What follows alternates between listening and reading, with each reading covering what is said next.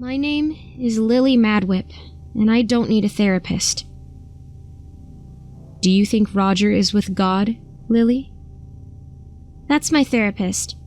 Her name is Miss Christie. She's about my mom's age, but uses less makeup, probably because she doesn't have any kids of her own. Miss Christie wears a little chain around her neck with a cross on it. She also wears a jacket with too many buttons and not enough holes. I wonder what all those extra buttons are for. She always wears the same jacket. Does she have only the one, or does she have lots of jackets that all look the same? I'm never going to know the answer to these urgent mysteries.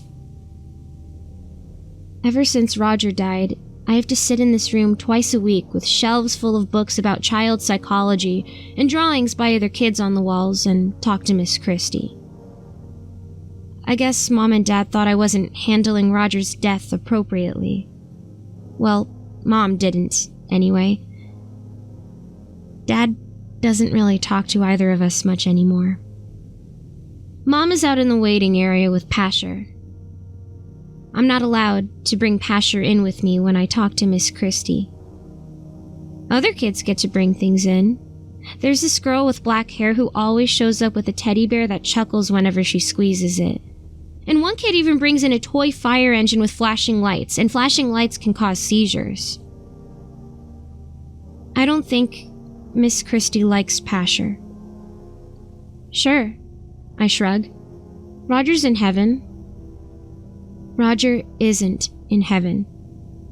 He's not in hell either. Roger's not in some underground cave filled with red demons carrying pitchforks that stab him as red flames shoot out of the rocks. He's not sitting on a cloud with a harp either. I think he'd be pretty annoyed if someone handed him a harp.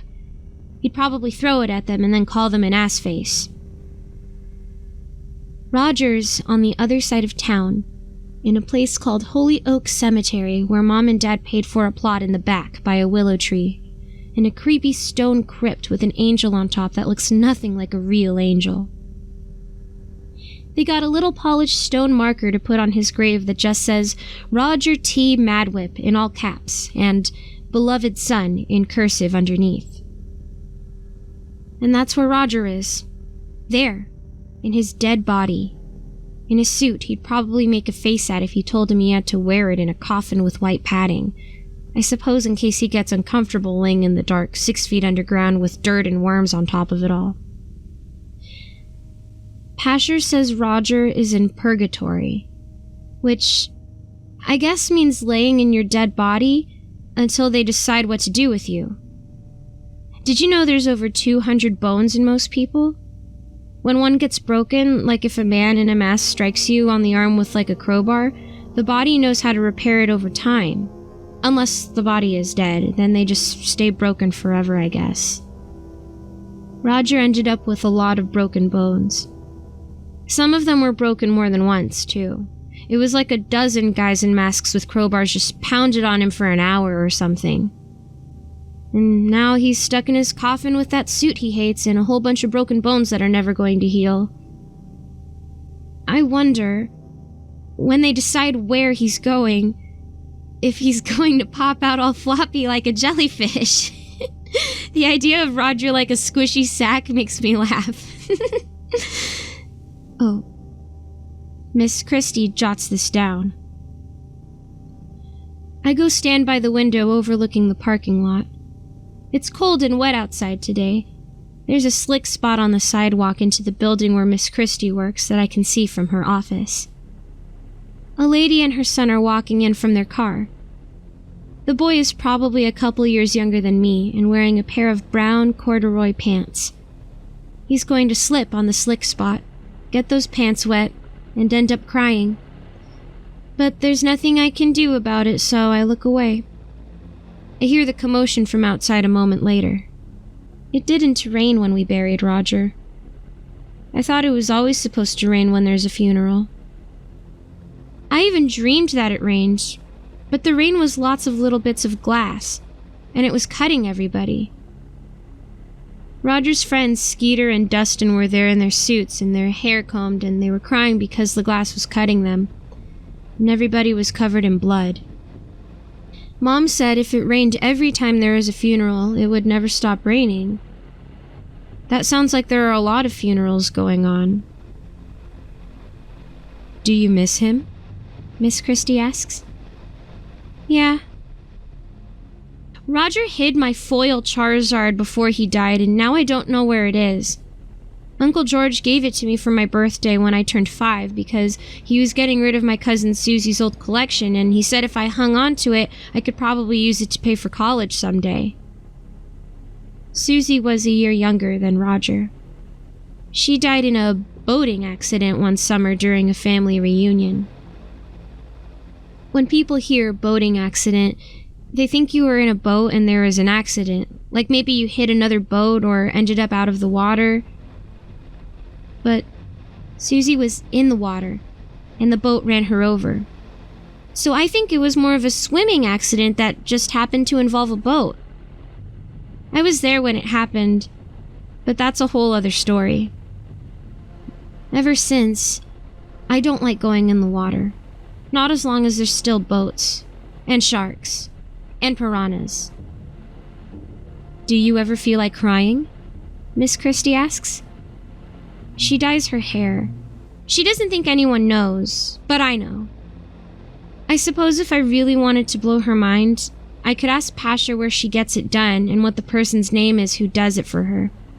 Maybe then people will stop treating me like I'm making things up. Or no, maybe they'll want to cut open my brain. Roger said they would do that if they thought I really did see things before they happen. But Roger's dead now.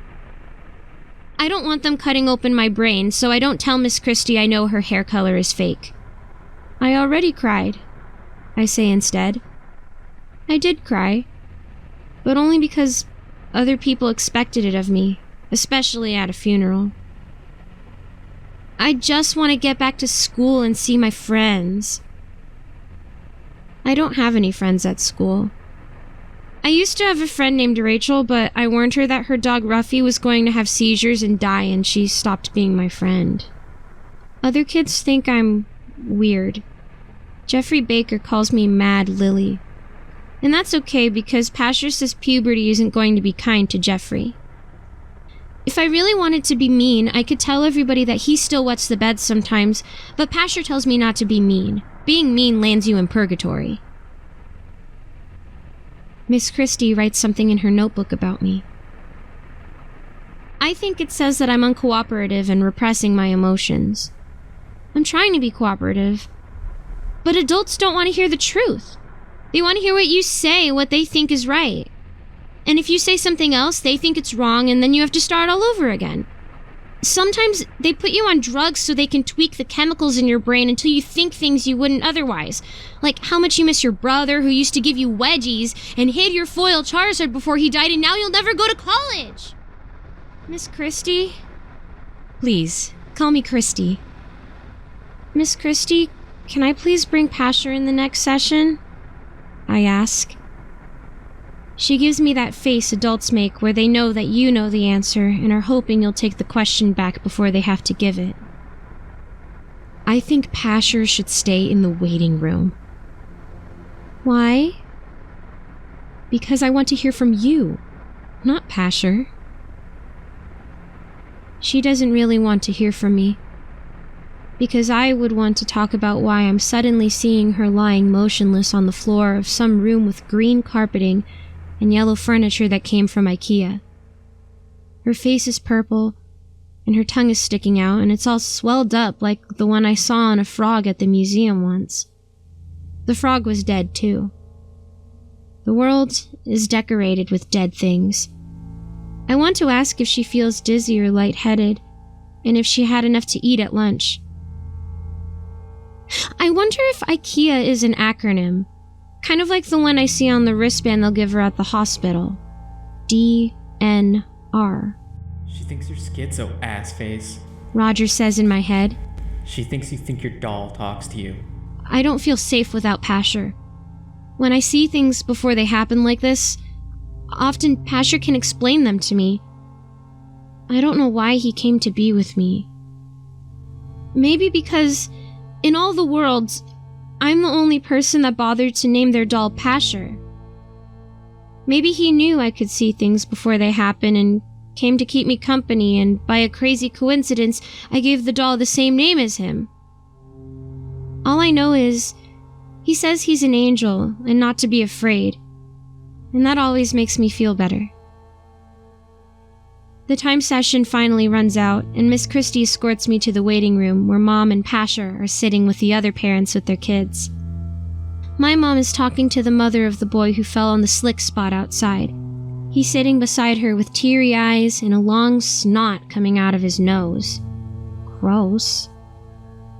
Miss Christie takes Mom aside, and they have a conversation in whispers. So I take Pasher aside and also have a conversation in whispers. Two can play at that game. I know Miss Christie's telling my mother about emotional repression, and my mother is asking Miss Christie about pharmaceutical solutions. My mother likes pharmaceutical solutions. I ask Pasher what DNR stands for. Then I have to ask him what resuscitate means. Sounds like I'm not going to be seeing Miss Christie anymore. I want to warn her, but I don't know what to warn her about. Is it a bad fall? Does she have a heart attack? She looks healthy enough. I wish I got a fuller picture when I see things before they happen. But then, does it even matter? Nobody ever listens to me. Mom wants me to stop making things up to explain the bad stuff that seems to always happen around me. And Dad already thinks I'm cursed and causing these things to happen. They sleep in separate beds now. And Dad spends a lot of time out in the garage drinking and banging on Roger's drum set. I wonder if Miss Christie will go to purgatory like Roger. Miss Christie turns to me and flashes her fake smile.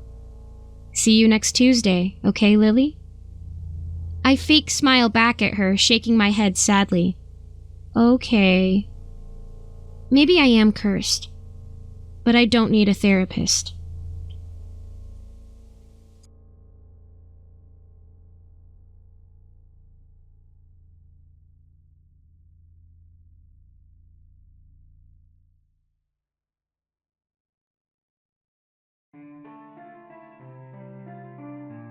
Hey there kids, it's me, MrCreepyPasta, and once again, it's the end of tonight's video, so I want to tell you all thank you for listening or watching however you hear my voice. Whether it be on YouTube or on the podcast, thank you so much for being here with me. There's going to be a new story every Tuesday, Thursday, Saturday, and Sunday night right here on YouTube, or if you're not watching on YouTube, that means the podcast gets updated on SoundCloud, Apple, Google Play, and now the podcast is on Spotify. So if it's easier for you guys to listen there than it is to listen on YouTube, then hey, not such a bad deal, right? As always, any support you guys give towards MrCreepyPasta Storytime really does help me out. I can actually keep the lights on in the house, and I can get nice little cat treats for Hercules. Okay, sorry for taking up so much of your time. Thank you guys for listening once again, and sweet dreams.